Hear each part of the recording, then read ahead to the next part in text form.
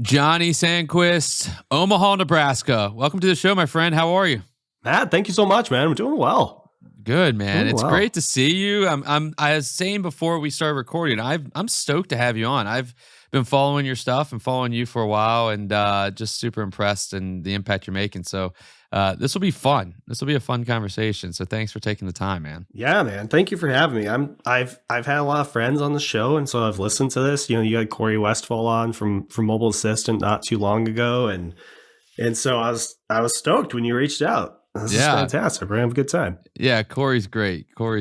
I think he might be coming on again soon. So that's just like that's a teaser that they say in the radio biz. You know, stay tuned for another episode with Corey Westfall. But absolutely, yeah, man, we're going to talk about AI. We'll talk about marketing. We'll talk about I am curious, and I hope we can get to it.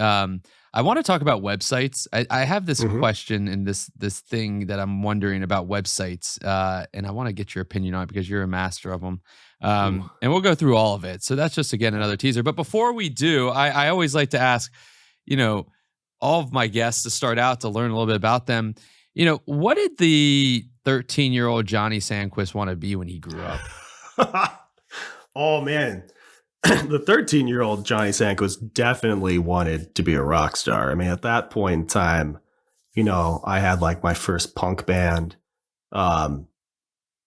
appropriately named Destined to Fail. And and that was what I thought I was going to do with my life, man. We had our little Angel Fire site that we uploaded our songs to, but that was 13-year-old Johnny. Yeah. It was all music for me at that point in life. That is incredible. I mean, do you still listen to some of the hits of Destined to Fail? I mean, get them up on Spotify? Oh, no, those have been long destroyed. Yeah. Any MySpace page I used to have for a band, extinct from the internet. So don't try to find it. Is MySpace still going, or do they still have a website? You know what? I think it's still alive. Like, I don't know how many years ago. I think Justin Timberlake bought it and like tried to turn it into just like a straight music site. I think it's still there. Good for him. Good for him. Yeah, JT. I'm supportive of anything JT, so that's fine. I'll support his endeavors. Absolutely. But well, good. Well, so then tell me this. Then, going from Destined to Fail to founding your own, copywriting and marketing company. Tell me about that journey, because I know you spent some time at Orion. You've kind of you've worked in the space for a while, but tell us how you went from the rock star to a founder and CEO. Long and winding, accidental entrepreneur story, man. So I got into the industry in 2009 with Orion. I started out on their client onboarding team, and that was my first introduction to advisors in like any capacity, right? Like, I start my first day and they're like, we work with REAs, and I'm like, that is amazing. Let me Google this real quick while you talk so I know what we're doing. I almost didn't even know what I was going to do when I got hired, but thank you, Randy and Eric, for trusting me, because I learned quick. But yeah, so I worked on onboarding. That's where I got my start with advisors. Ultimately moved into the marketing team over at Orion, because more of my background is like in the literature and writing phase. So eventually moved over there, and I was the content coordinator there. My boss at the time on the marketing team, John Mackerel, visionary marketing guy in the space, he decided to leave Orion and start his own agency, Mineral Interactive. And so I went with him, and I was content director over there. And just after a couple of years of that agency life, I just decided to see if I could shake things out on my own, get a little bit more control over who you're working with, as a freelancer, and try that out. So I just started 3 Crowns as a solo copywriter, not really with any expectations, more just kind of asked myself like, hey, in 10 years, am I going to probably wish I had tried something once? And I felt like the answer was yes. So the story has grown from there. I love that. And where did the 3 Crowns name come from? Oh, yeah. So officially, when I was thinking of a company name, I wanted to tie it to something bigger than myself. So I'm always, trying to dig back into heritage and things like that. So my dad's side of the family, heritage is from Sweden. And so 3 Crowns is the royal emblem of Sweden. So like next World Cup, if you watch the Swedish national team, they'll have like their 3 crowns patch. The hockey team has it, and that's where that name comes from. That's incredible. That's free advertising for you, because I mean, I know everybody's looking at the 3 crowns on the Swedes and they're like, where 3 crowns? Yeah. That SEO is going to work for me. Yeah, I mean, that cost per click is going sky high for you on that one. During the World Cup, you gotta pause advertising for a second. Not quite the right user intent from search there, but actually, the funny thing is, every once in a while, like probably like once or twice a year for the past like 3 or 4 years, there is there's like an overseas like condensed milk brand called 3 Crowns, and someone on Twitter will like tag us instead of like this company like complaining about their like condensed milk. And I'm just like, yeah, we're not who you're looking for. So I can't really help you in that market, but if you need other marketing help, I'm happy to talk to you. Yeah, we can help there. That's pretty funny. So. That's amazing. Well, let's dive into this. I'm curious. Speaking of SEO and really AI from that standpoint, I know that AI is. Some people are tired of talking about it. I'm just super interested on it because it feels like it's not going anywhere, but maybe it does. And I look back on these podcasts and be like, man, I was a loser. But AI, I mean, I'm curious from your extent, because it feels like there's like a big impact on the content and SEO side that AI is able to have. And you've seen the evolution of the space over the past 15, 20 years. What do you think, what is the impact that AI will have in your mind, or is having right now, on content creation and marketing, more specifically for advisors? What do you feel is the impact, or is there not one in your mind? So, I mean, we're definitely still early stages of really understanding what that impact is, right? I think that there's still a whole lot of questions, especially in a regulated environment, like for advisors of like, well, do you have to, if you use like ChatGPT to help you create content, do you have to disclose that somewhere, like do those types of things? So I think from my standpoint right now, incredible like assistive tool. I think that AI in the content creation space, from like a writing creative standpoint, can reduce your creative time, your brainstorming by 50% or more, especially on short form content. I wouldn't say for long form content it's anything special, but short form and brainstorming, absolutely. And I think from a design standpoint, it's also really interesting, right? So like you've got people using Mid-Journey, Canva's got like a magic studio where you can put in text prompts and it'll create images for you. And that's also fascinating to me. I use that like in a LinkedIn post I wrote about AI a couple weeks ago. And so I was like, I'm going to have AI create an image for me to go with this. And it was like incredible. It's like super cool stuff, but I'm a big fan of AI, but I also feel like there's so many, big open questions, like on the creative side, especially having AI create images for you, like copyright and how it pulls from real artists' work to create its own images. There's a whole lot of like IP questions that we're nowhere near getting settled. But I'm an advocate for it, at least as an assistive tool. I think advisors are already so strapped for time with doing anything with marketing, that if you can get yourself a quarter of the way there, 50% of the way there, and then add in your own voice and personalize it for yourself and for your clients, I love it. Yeah, and you mentioned something there, because I've always felt, and I mean, I think I've talked to enough advisors that marketing is so far down on advisors' lists. They want to grow, but like the idea of content creation, like they don't know how to how often to write, where to place it. They don't have necessarily a strategy there. They run out of ideas, even though I think that they have a plethora of ideas. Like they just have a massive amount of ideas because they're talking to clients every single day, and they have really intelligent thoughts there, and they should find a way to communicate that to somewhere else. And I'm curious from your experience, are advisors adopting this? I mean, in my mind, this should open up the door to make advisors all content creators, which then you get into the question of like, are you just going to have a reversion to the mean and everybody's going to be producing the same thing? But I guess is in your eyes, are advisors using it enough yet? And even though it's still in the early innings, and I know we talked about the creative side being really valuable, is it something that is worth advisors' time to spend in getting to know and starting to use so they can create more consistent and depth in content? Yeah. So, man, I've definitely witnessed some interesting use cases from conversations that I've had with advisors about how they're using it.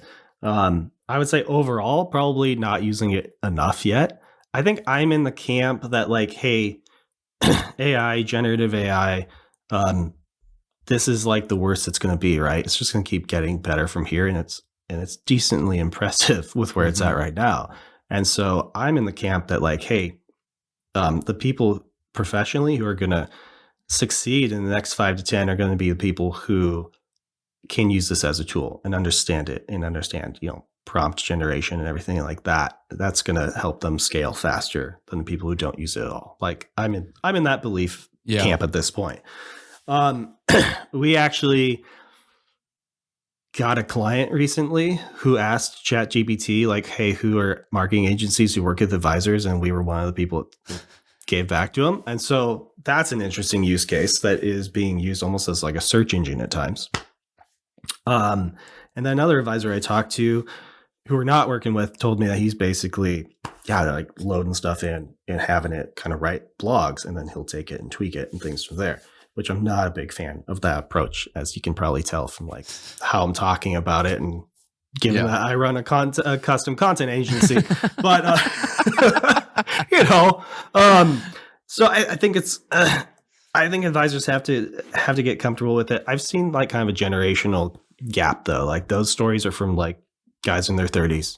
And then like the advisors I talk to who are, 50, 60 plus doesn't seem to be a lot of interest for them.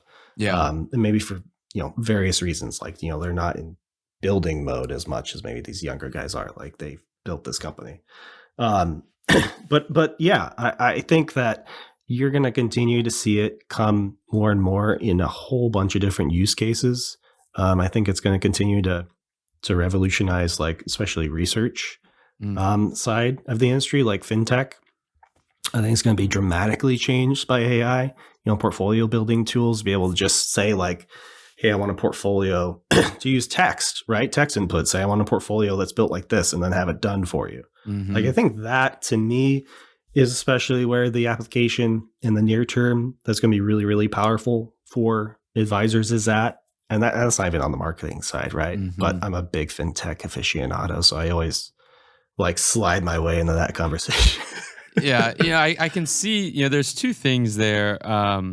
One is like, this is a generational shift, right? Because I think that it's not going to happen overnight. I think it's just going to be so gradual, because as that older generation of advisors that's not into it gets out, then the newer generation are just going to grow up with this as part of their journey forever. It's just the same reason why tech is easier for the younger generation than the older generation. They grew up in it. And I think you see that. So it's not like it's going to be an overnight thing, but to your point, I think it just constantly gets better.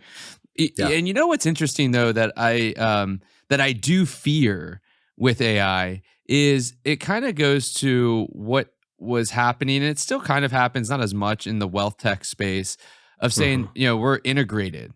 And integration was all just like, it's just an SSO. It was like, what are we doing? That's not integrate. Like, you can't do anything. And everybody's going to be like, we use AI. And it's like, well, what are you doing with AI? And they're not using it to the depth of it. And it's just like a buzzword to sell people. And then people get frustrated because it doesn't really work the way that they intended. And then they lose faith in it. Like, that is a worry, because I do believe, I agree with you, fintechs and wealth techs have a ton of opportunity to leverage this technology to create an immense value and differentiation to the advisor community. Oh, absolutely. I even, I was a little salty. Like when Chat GPT first came out, I kind of made fun of some fintech firms who were like the very first ones to roll out like the integration. I was like, what are you integrating at this point? Like, we've been like, you're just trying to say you have this buzzword here. So you're going to see some of that for sure. I think it's just going to become another way for the really innovative fintech teams to differentiate themselves from the ones who aren't. Right? Yeah. I agree with that. I think that the more people that invest time and resources into it and better understand it, are just going to separate themselves, just like the people that did with the internet and everything of that nature that got really skilled, they can create unique value. Yeah. And you have this kind of separation of knowledge that will continue to merge. But there's definitely an opportunity there. And before we switch gears from AI, I do want to just ask, I'm always curious, Hmm. what tools out there are super interesting that y'all are finding you're using? You mentioned Canva and ChatGPT. Are there any other AI tools that you found to be in Midjourney? You mentioned super interesting or of value. Yeah. So I think, ChatGPT, everybody knows. Canva, a lot of people know about it. I don't know how many people know it's got like a text image piece of it. Midjourney's the other one that a lot of people seem to know about.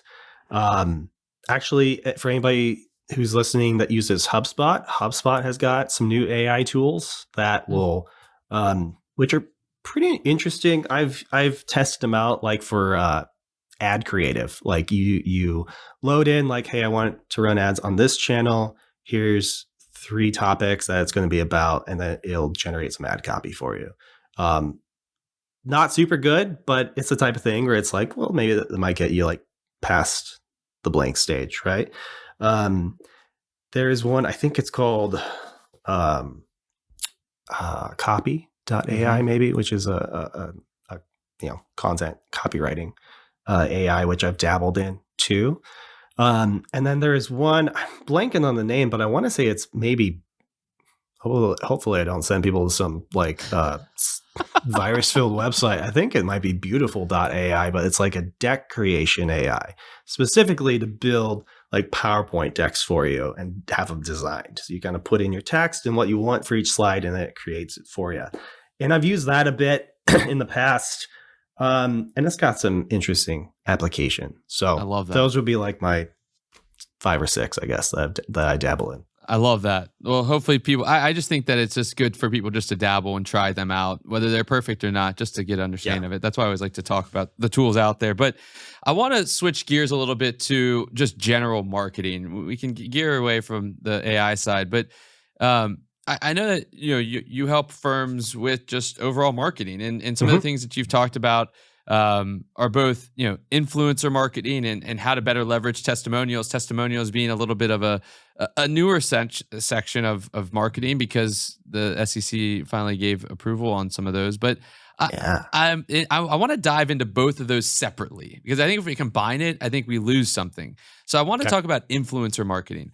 I don't know if many advisors really think about influencer marketing because I guess you have centers of influences, COIs, but what is, from your perspective, influencer marketing?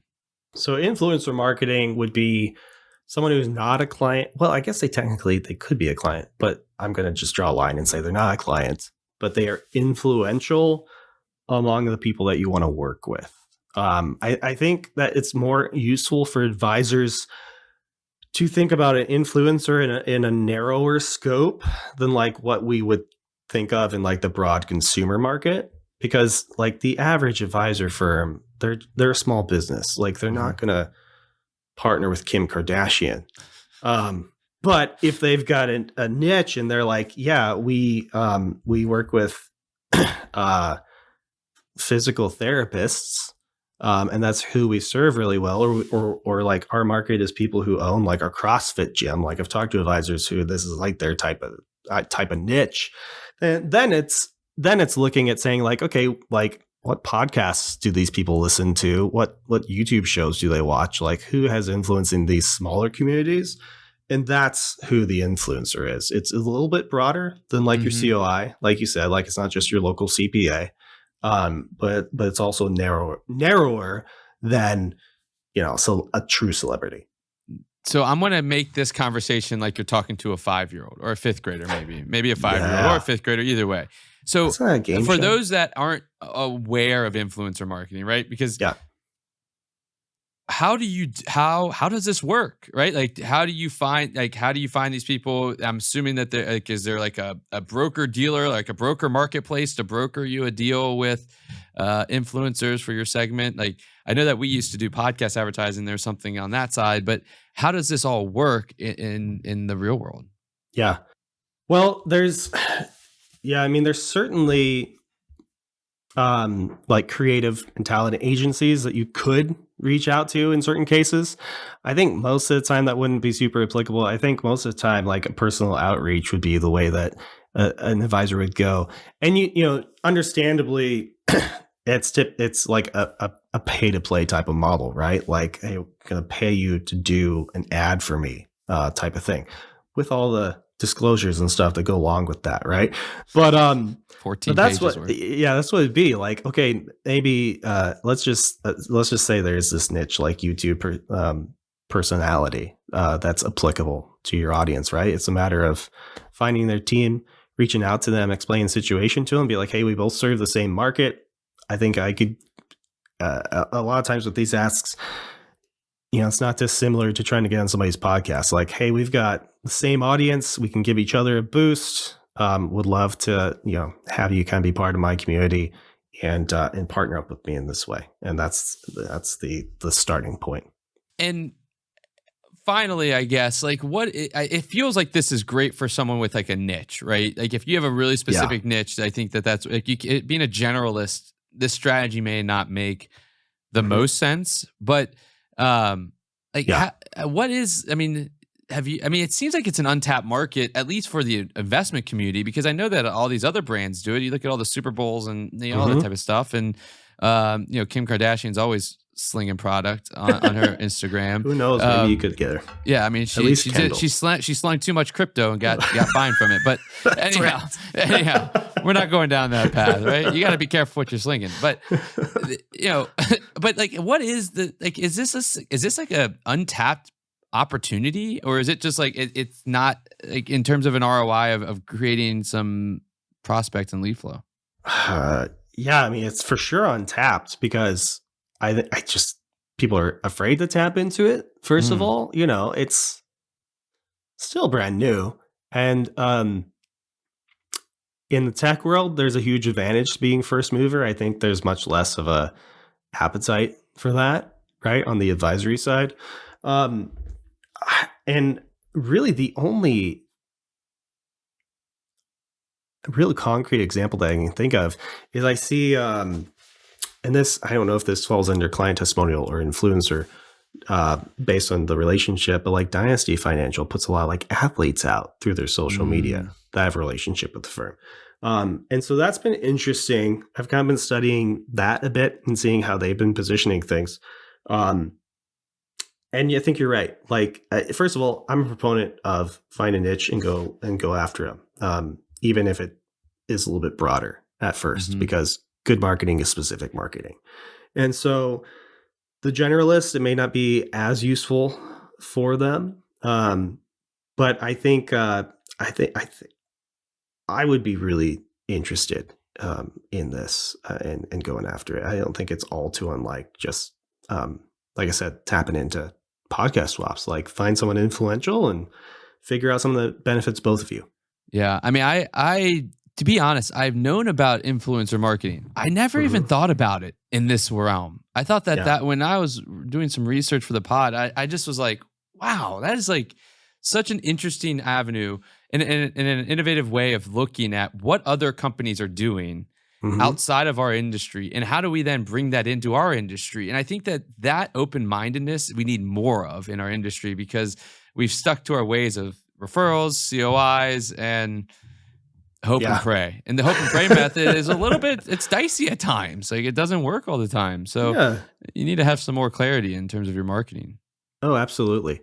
Absolutely, man. I just think everything about wealth management is, as an industry, I wouldn't say in turmoil, but having a big shift, right? Like, over these last 5 to 10 years, as we've shifted from like this wealth manager idea to this almost life coach phase that we're like trending towards with all the, behavioral finance and everything. Yeah. And in my mind, at least, I mean, that strategy works better coupled with that type of professional than the former, like, more banker personality professional, right? Because at its heart, influencer marketing is a trust, a credibility building tactic, because essentially you're taking somebody that your audience already trusts and I'm really kind of like trying to transfer some of that credibility over to you. That's we keep using like Kim K as our example, but that's why she works, because she's got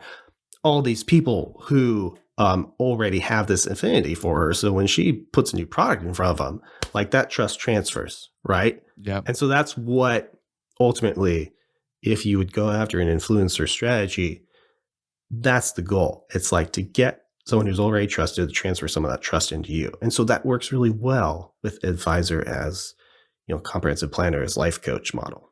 Yeah. It's easier to sell that from an influencer to the next step of saying this person's more holistic life coach, etc., going against the grain, as opposed to, hey, this is your next stockbroker. It's you're going to be really great at finding you the next great Visa or the next Facebook, right? Like that just doesn't sound exciting as much. And you bring something up, and I think the listener base may be tired of me asking every guest this because I'm just so curious about it.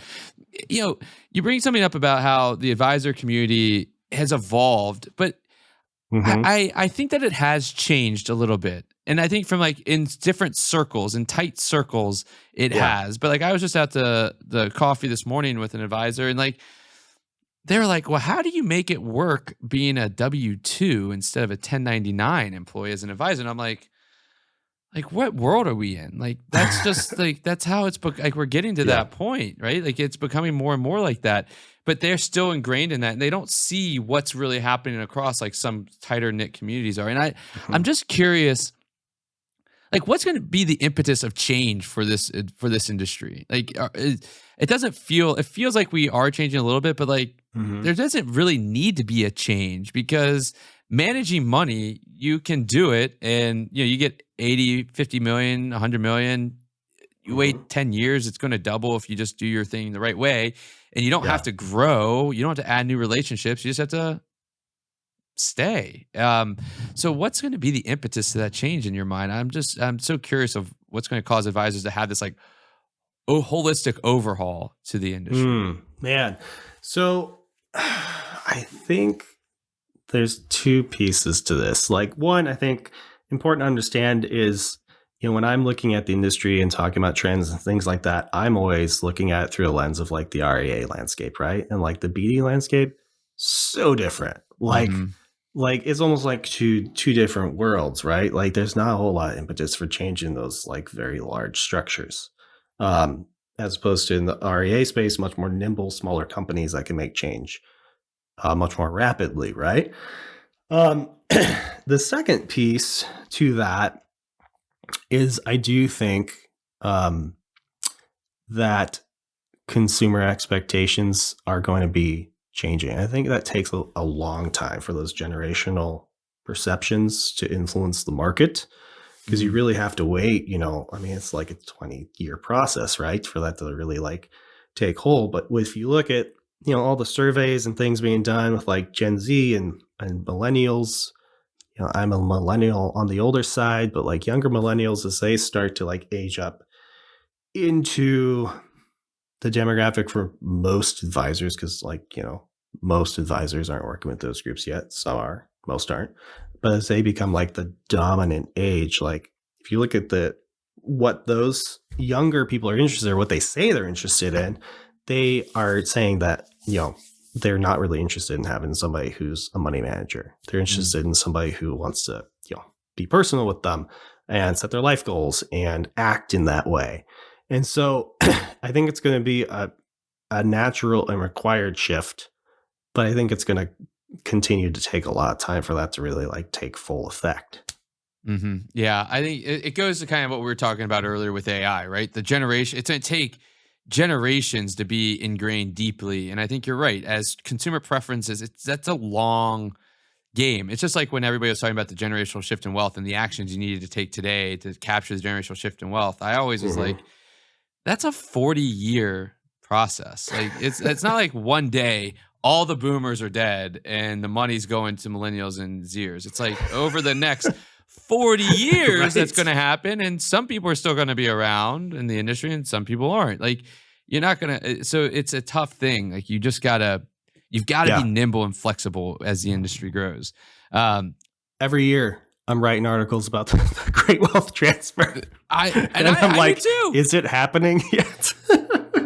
It's unbelievable. I mean, we all talk about it. We're like, start preparing. Like, it's like when it was like, it reminds me of Y2K. It's like, get your canned goods, back up everything. The clocks are not going to be able to go to 2000. It's going to watch out. Like, they don't have an ability to do 200, right?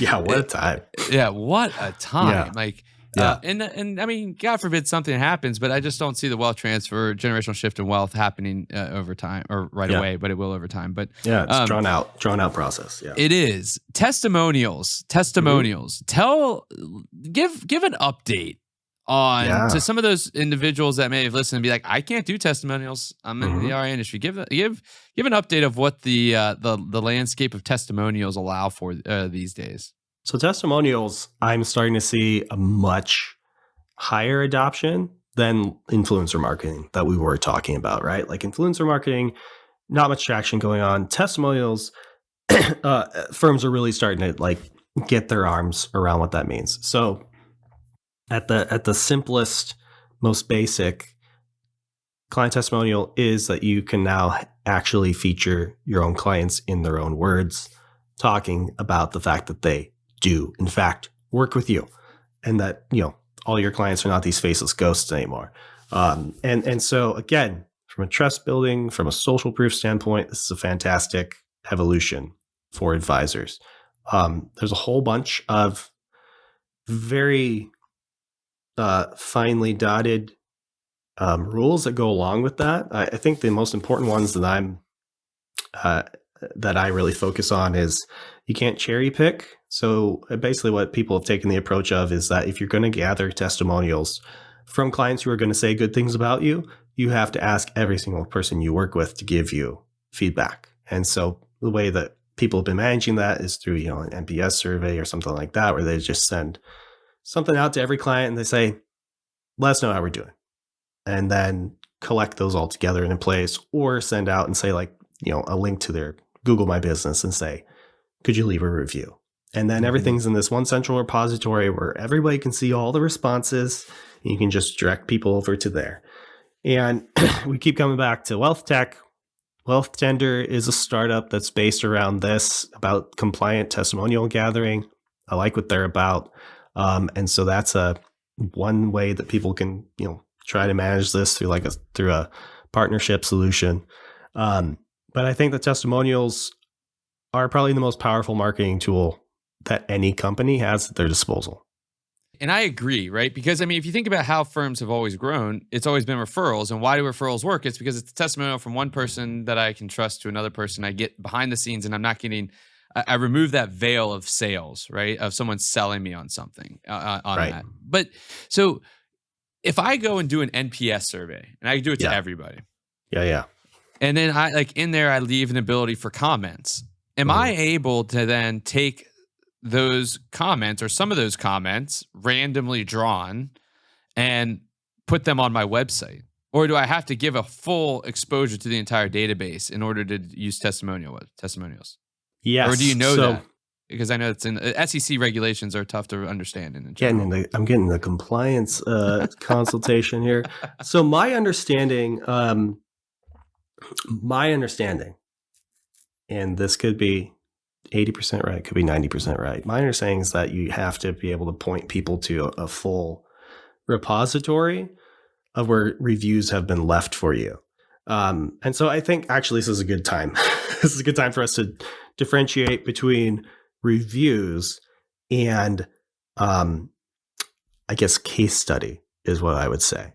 Okay. So I'd say if you're gathering reviews, my understanding is you've got to expose that entire list, right? So like in the Google reviews example, very easy to just take 2 of the 5 stars, put them on your website, and then drop a link that, for all reviews, click here. And then you've disclosed that it's not all these 5 stars. We just grab these ones, but the rest are here.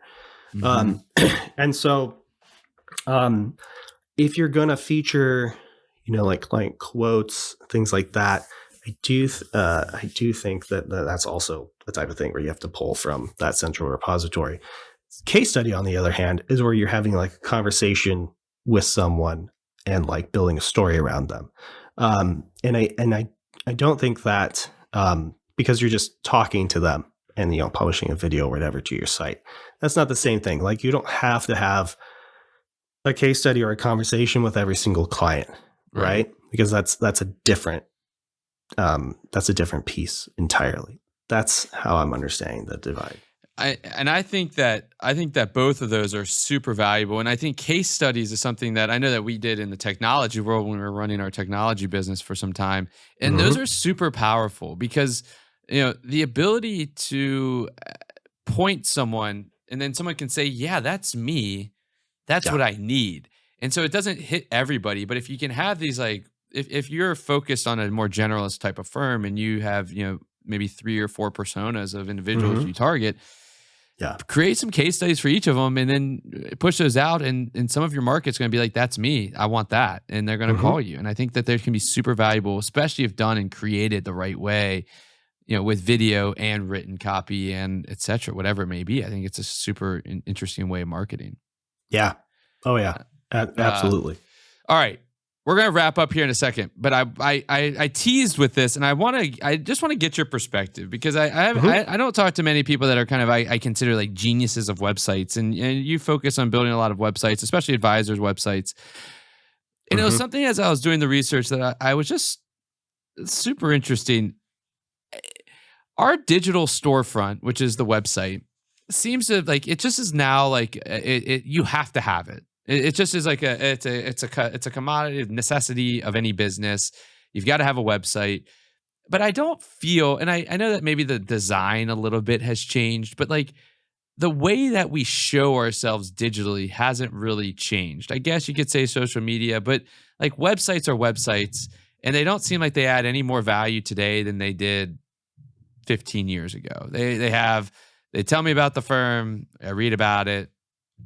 I see who works there and I get an address and I can put a comment on a drop box that goes to an inbox that I don't even know where it goes. I don't know where it goes. Oh man, the form field. Yeah. Right? The form field. But nothing has changed in decades in something that is so necessary to be a business these days. And there's it feels like that's ripe for innovation. And so I'm just curious, is there anything that's coming that you see in a trend or the future of websites? Are they just always just going to be kind of like a front of a store and it's just always going to have a neon lit sign and that's just the nature of it? Oh man, I love that question. That's a different way than most people phrase it. Most people don't really recognize that the historical look back at websites are just kind of the same like they've been. So I think the answer to that is your website has got to be it has to have 2 elements to it. Element number 1 is I think the old way of building a website is that it's like a brochure. It's about you, it's about your company, it's about what you do. So element 1 is flip the focus so that it's completely outward facing. So it's speaking to the client and speaking to their problems, and that you've got a secondary role in that. It's like you said earlier with case studies, oh, I see myself. That's the effect. And so that probably seems very basic. There's still a huge variety. I'd probably say the majority of advisor websites that take the first approach, where it's just here we are really good at this stuff. Come work with us. And that's the opposite of the story that you want to tell. You want your website to tell the story of, you have this problem, we can help you on the path, here's the fix to it. If you want help on it, let us know, we can help.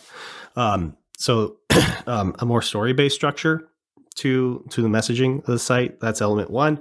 Element 2 is figuring out how you can implement true interaction into your website. And I guess I say true interaction.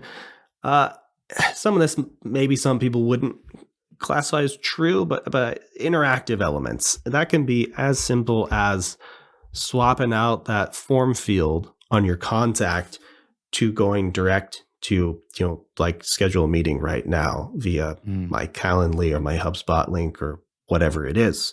Just that is a slight subtle change that puts the user, the client, in control, right? It's just a very small UX difference between I'm sending this message into I don't know where versus I'm remaining in control of my journey. Um, and chatbots, man, I'm going to actually bring things back to AI, right? So like I like chatbots as a minimal piece of a site. I don't like when they pop up and they're like in your face and like talk to us, ask us questions. But if they're there as an option, and firms are afraid of that because of the compliance of like, okay, how do we archive these conversations? How do we man this? Who's in charge of running the chatbot during the day? You can build custom chatbot, off ChatGPT, run your website through it, create just a kind of a dynamic FAQ, right? So somebody can come to your site, ask basic questions, he'll give back responses that you've recorded, etc.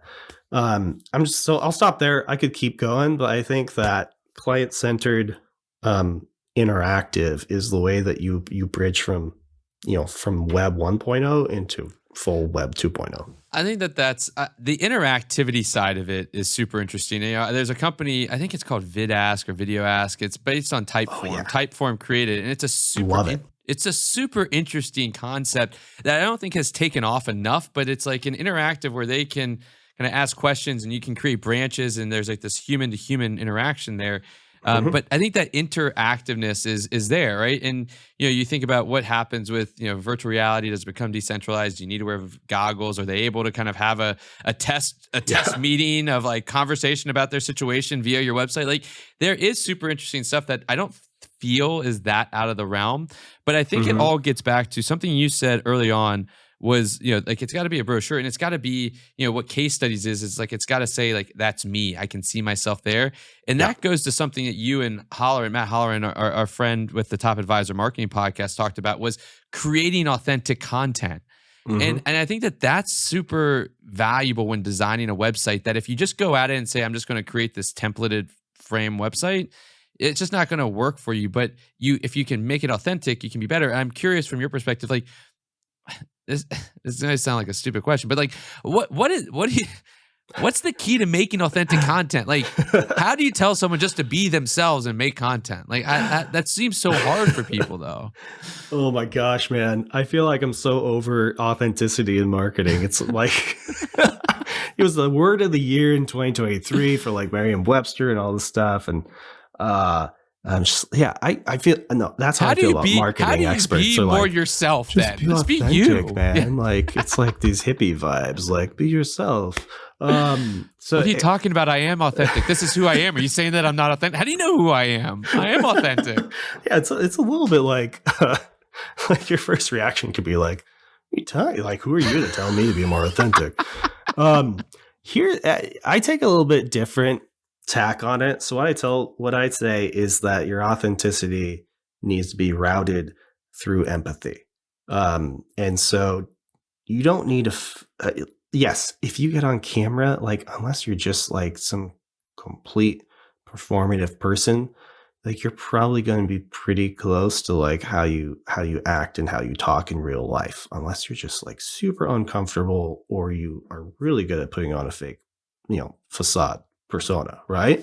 And so I don't think like telling people to be more authentic is always super insightful.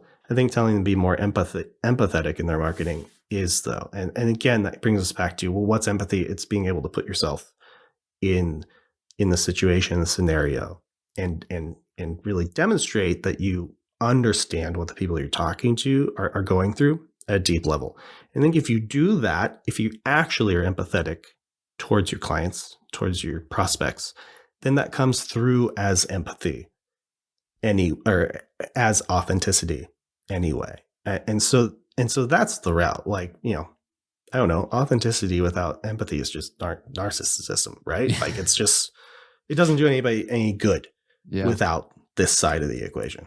I think that's also why this idea of psychology and behavioral finance and behavioral psychology is so important, because you've got to understand the challenges that people are going through psychologically. And you can't just be like, it's fine. Like everything's going to be fine. Like we're going to talk about your finances. Understanding where they're at and how challenging it is psychologically for them to open themselves up and expose themselves of the fear of being judged and all that type of stuff, and helping to communicate why they should feel comfortable in your sphere. And if you can do that effectively without just saying, trust me, I'm telling you, you will be comfortable here, like, Yeah. then you've got something, and that becomes valuable, very valuable at that point. Yeah. All right. We're going up on time. I mean, I knew that this was going to happen. I'm looking at the clock, and we could probably talk for another couple hours, but I want to wrap up with my two final questions. Maybe we'll do kind of a lightning round here. Let's do it. The first question I always like to ask, I love learning. I continue to learn every day. I love learning through reading, and I like to read books that other people tell me to read that are much smarter than me, like yourself. So I'm always curious, what's one of those books out there that you think everybody should read if they haven't, or reread if they've already read it before? I'm gonna give you, hopefully, a book you've never gotten before. I have it on my desk. Okay. Oh, there we go. Our National Parks by John Muir. All right. I've never gotten that one. So, all right, good. John Muir, really famous, naturist from back in the day, and collection of essays, mostly of like wildlife and nature in Yosemite Valley. It's it's a transcendental read to me. I love that. It's just a recording of, his kind of journeys and the life within this area. All right. That sounds like a fun one to pick up and read, like when you can like sit and just like be transcendental with him and just like it's like a decompression read for me. Absolutely. Yeah. I love that. I love that. All right. Last question is, we talked about a lot, and there's a lot that we didn't even get to. So you can go the whole range. If there's one piece of actionable advice you hope our listeners take away from the podcast today, what's that one piece of actionable advice that they can maybe implement today, tomorrow, to better themselves, better their future business, their current business, whatever it may be? So, like you said, I mean, I'm the website guy. So, number one takeaway: take a look at your website, and audit how many times you say I, me, we versus you. The yous should drastically outweigh the I, me, my's. That tells you that you are speaking to your audience, that you have a focus on them and what they need and not on yourself. And if you're overloaded on those first person pronouns, time to redo the site. Love that. That's so actionable. I can already see people right now going to the website and starting to count. 1, 2, 3, 4, 5. Yeah. It's like that classic 80-20 rule. Exactly. Johnny Sandquist, man, it's been a true honor. It's been a pleasure. It's been a lot of fun. I know I'm a big fan of yours and continue to follow your journey. And I know that many of the listeners will as well. So what's the best way for them to continue to follow you and also to get in touch with you and potentially work with you? Yeah, so our team is reachable at 3crownsmarketing.com. That is the 3 spelled out, not the digit. And just search up my name, Johnny Sandquist, on LinkedIn. That's where I spend most of my time. Connect with me there. Love it. Johnny Sandquist, thanks so much for spending time with us here on Bridging the Gap. I appreciate you. Stay well, be well, and looking forward to talking with you soon. Thanks, Matt. Appreciate you, man. All right.